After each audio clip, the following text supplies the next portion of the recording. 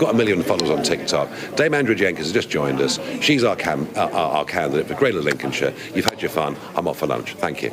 So I asked him today whether James McMurdoch would meet the standards of this new vetting system if they were in place at the last election. This is what he said. Are you not concerned that he lied about what he did? Did he? He wasn't vetted. He wasn't vetted. James McMurdoch was one of those many candidates who wasn't vetted at all with the party. Look, I didn't know any of this when I took back over as leader. So you said you're going to put in place the most vigorous vetting system in place now. Do you think James McMurdoch would not go through this new vetting system? You can have your fun at Sky News. We've got 100,000 members. I've got 1 million followers on TikTok. Dame Andrea Jenkins has just joined us. She's our candidate for Greater Lincolnshire. You've had your fun. I'm off for lunch. Thank you. Nigel Farage is known for his controversial opinions but humorous nature. However, when TV hosts try to be extra smart, Farage knows how to handle them and put them in their place.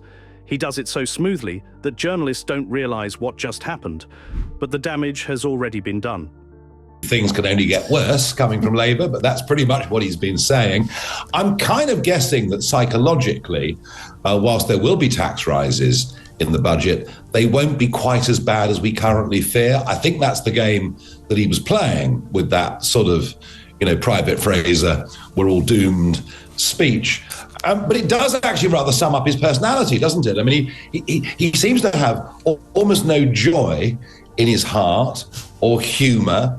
There is the sort of slight edge of the authoritarian, which comes to the surface pretty quickly and is certainly manifesting itself, if you believe the leak to the Sun newspaper on outdoor smoking this morning. No honeymoon, no joy. But I think the real thing was the speech yesterday in Germany about populism. Snake oil salesman. I was going to come to that, yes. He is so outspoken that he makes Labour Party leaders speechless in the House of Commons. Perhaps journalists forget that Farage's opinions and arguments cannot be challenged, and if they ever try to do so, Farage will make them regret it. So, what has he done recently with the TV hosts? In this video, let's find out. Historically, Nigel Farage has been criticising media houses and journalists for trying to stir up controversies every time. He said that their actions are textbook examples. First, they find old statements that are decades old and then report them by changing contexts and twisting everything to make them relevant and compatible with their agendas. They've dug out a statement from me 10 years ago saying I thought there'd be a war in Ukraine, that we'd made some terrible errors of expanding NATO and the European Union. Well, I was right. They were all wrong. But funny, isn't it? That now gets conflated into I support President Putin, which I never have. I've always thought he's a very, very bad and dangerous person. That was the beginning. That was the beginning of the real pushback against the Reform UK vote, against the momentum that is happening out there in the country. Oh, by the way, I was opposed to the Iraq War, which finished up killing hundreds of thousands of civilians. I was opposed to the Libyan War, which led to the creation of ISIS and the boats crossing the Mediterranean, some of those people now coming across the English Channel. The establishment always fight against me because you know what? I get it right a lot. Without being shy, Farage also revealed that the establishment is scared of the Reform UK party because its first ever political group having the potential to break the monopoly of the two-party system.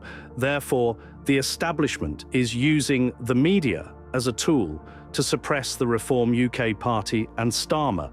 The establishment are literally terrified of us. Terrified not just of us breaking into Parliament and getting a bridgehead, not just terrified of me being the voice of opposition to a very weak Starmer government, which it will be, and hey, the divided Conservatives couldn't possibly provide anything like that. What they're really scared of is what I've said. Over the next 5 years, I intend to build a mass movement of millions across this country for real change. And they know that I could do it. They know that we could do it. And they're terrified because they know that would have an unstoppable momentum.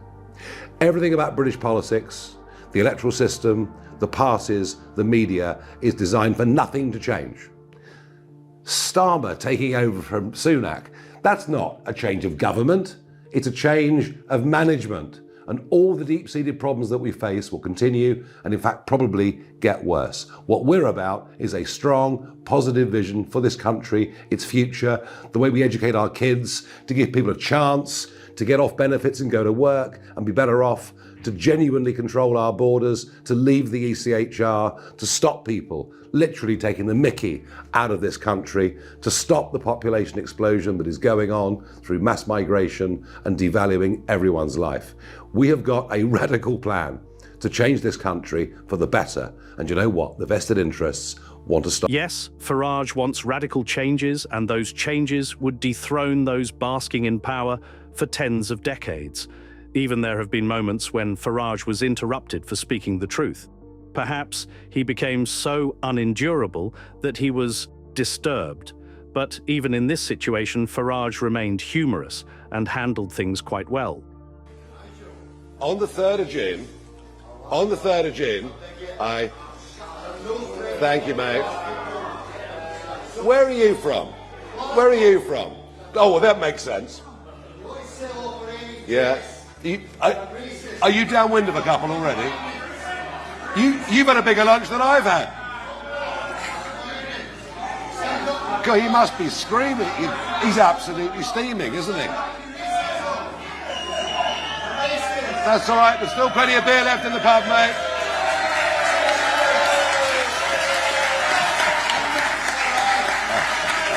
Have a lovely day. Bye-bye. Lots of love. Lots of love. As I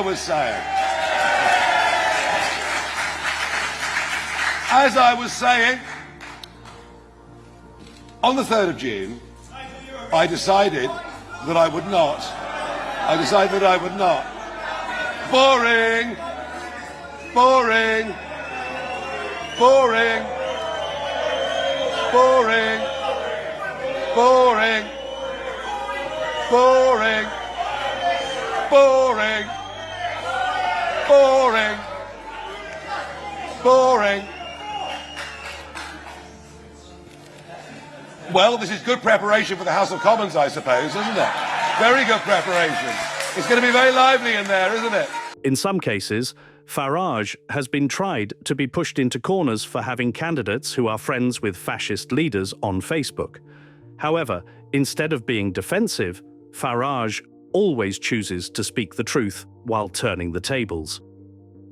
Neutralizing the aggressiveness of the journalist, he said that in a free society, everyone is allowed to have different opinions and choose who they want to be friends with. You've defended 41 found to be social media friends of a fascist leader, a former organiser for the British National Party who founded the new British Union in the image of Oswald Mosley's British Union of Fascists. How can you defend 41 candidates for your party found to be social media friends? Do you know what? This bloke's name, I didn't even know what the bloke's name was until last Thursday. And people put stuff on Facebook and they like a comment and they've no idea who it's come from. No, they hadn't liked a comment. They're actual social media friends on Facebook. That is saying that you want to be connected to someone.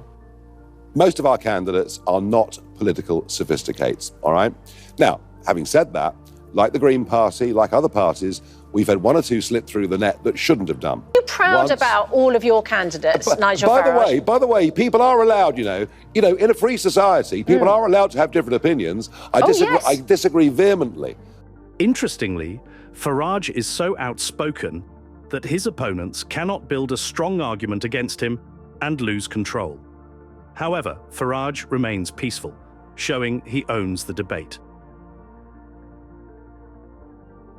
Do we want to run further? Tell us, are you enjoying the video? If yes, please like and share the video and subscribe to our channel for more exclusive videos on the groundbreaking changes happening in British politics. Let's continue now. Farage has been such a headache for the Labour Party that they tried keeping away from the interviews, citing that there was a conflict of interests between him being an MP and appearing as a political analyst. To this, Farage responded quite strongly, slamming the Labour Party. Lucy Powell, who is leader of the House, has set up a new committee a new modernisation committee. When you hear that word, you should always have a slight shiver down the spine. The committee will consider what advantages, if any, outside paid engagement such as media appearances, journalism and speeches furnish to the public versus potential conflicts of interest.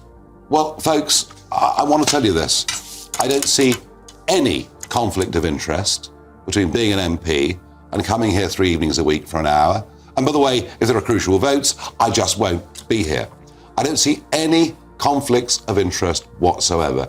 In fact, I might make an argument that's slightly different, that I'm here with a panel of people. Some agree with me, some disagree with me. We have open debate. I'd like to think that through programs like this, what we actually do is take what's really happening in politics and bring it to a bigger audience. However, he doesn't stop there. During a ceremony, when he was presented an award, journalists from some specific media houses tried disrupting the ceremony. Farage, instead of being aggressive, tackled them with his witty nature and then slammed the media industry, giving a good portion of beating. He knows which pulse to put a little pressure on to make media houses hurt just the right amount. I very much doubt I would have won, and I'm certain that 3 GB News presenters would not have been in the shortlist of 5, which should be very instructive for the whole of the industry. You see, the investors, please do keep the abuse coming, because it says a lot more about you than it does about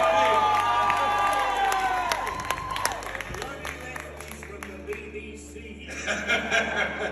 Well, whether they're BBC or not, I don't mind. But learn this, and those of you shouting, think about this. There's a gap in the market, a massive gap in the broadcasting market. You've all become too much the same. And that's why the investors in GB News, and led by Nigel Farage, have gone out there, and what we're doing is we're creating a new identity brand in British broadcasting. This industry is worth between about 12 and 15 billion pounds every year. And it matters culturally, it matters in so many ways in our country. And yet, the way we measure who is watching and who is listening to programmes is completely out of touch and out of date. I had much louder than this in the European Parliament, sir. I'm disappointed. The idea that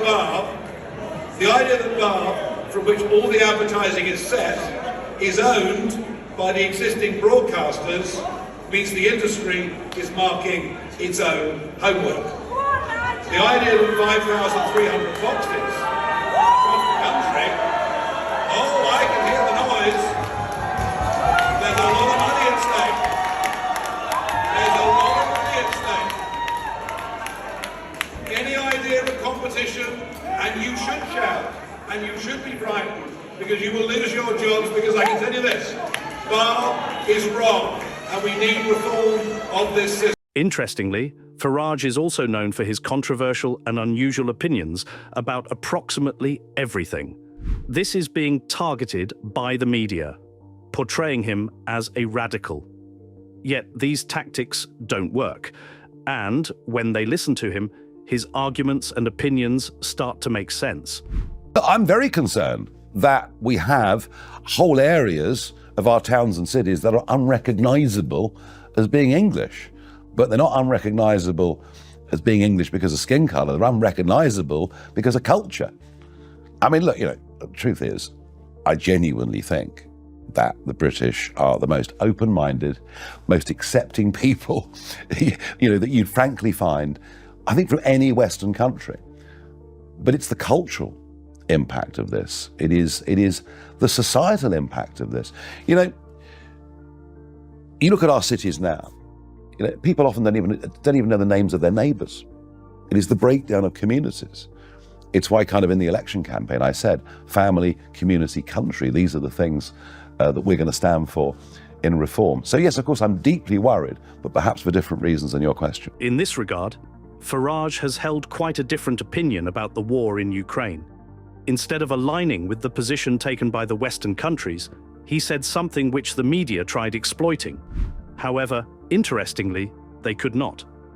Yeah. When Vladimir Putin sent his troops across the border in 22, you blamed the West, not him. You said, I'll just read it to you and then you can react, that on a tweet, it was a consequence of EU and NATO expansion. Is that a judgment you stand by? Right.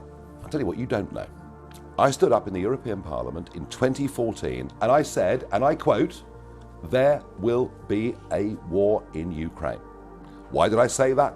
It was obvious to me that the ever eastward expansion of NATO and the European Union was giving this man a reason to his Russian people to say they're coming for us again and to go to war. But you were echoing him. I was, sorry. You were echoing him. That's what Putin says. No. Sorry, I've been saying this actually since the 1990s.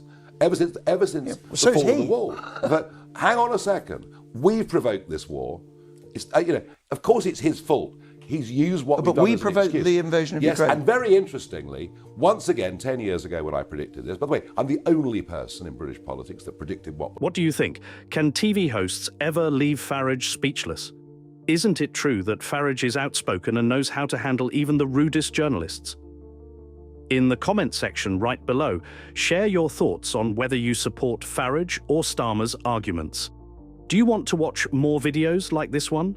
If yes, please like and share the video and subscribe to get more updates on British politics and how events are changing it. Until the next video, stay tuned.